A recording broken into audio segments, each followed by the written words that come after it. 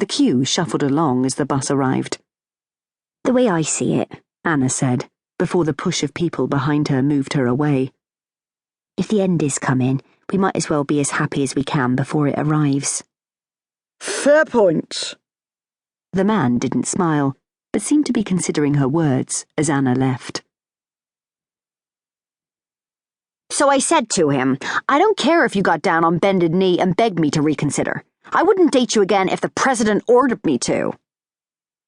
Tish gave a tut as she sipped her macchiato. "Guy's a loser." "I take it your fascination with the sales reps at work is over then?" Anna asked. Spill the Beans coffee shop was as packed as ever, customers eager to celebrate surviving another City Monday.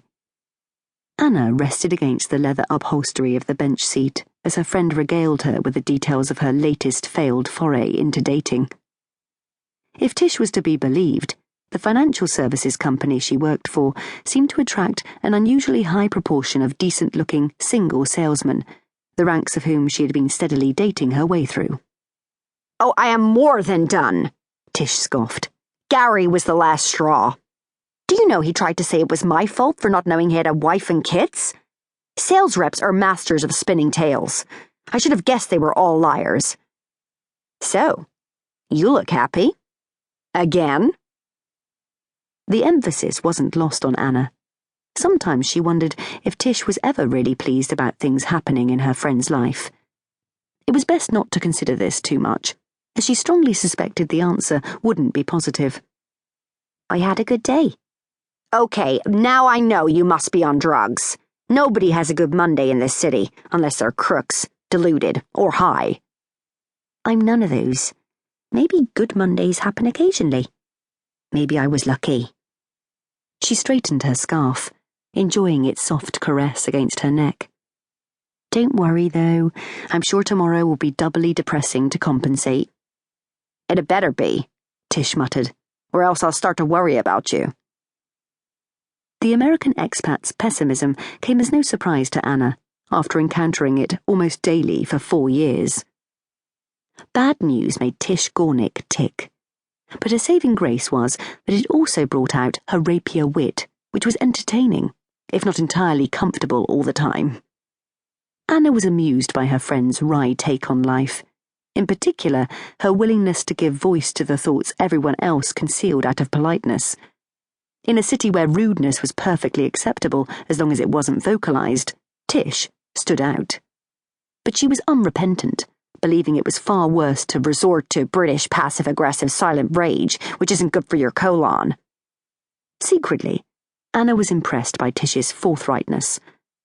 Today, she found herself wondering if one day she would ever muster the courage to be like that.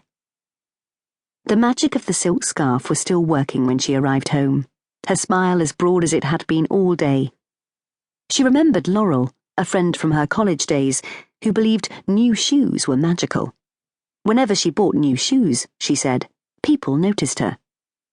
She would excitedly share tales of encounters and conversations brought about by the effect of her latest purchase, as if stardust was sewn into the stems of the leather. Until her scarf arrived, Anna hadn't really understood what this meant. But now she knew exactly what Laurel was talking about.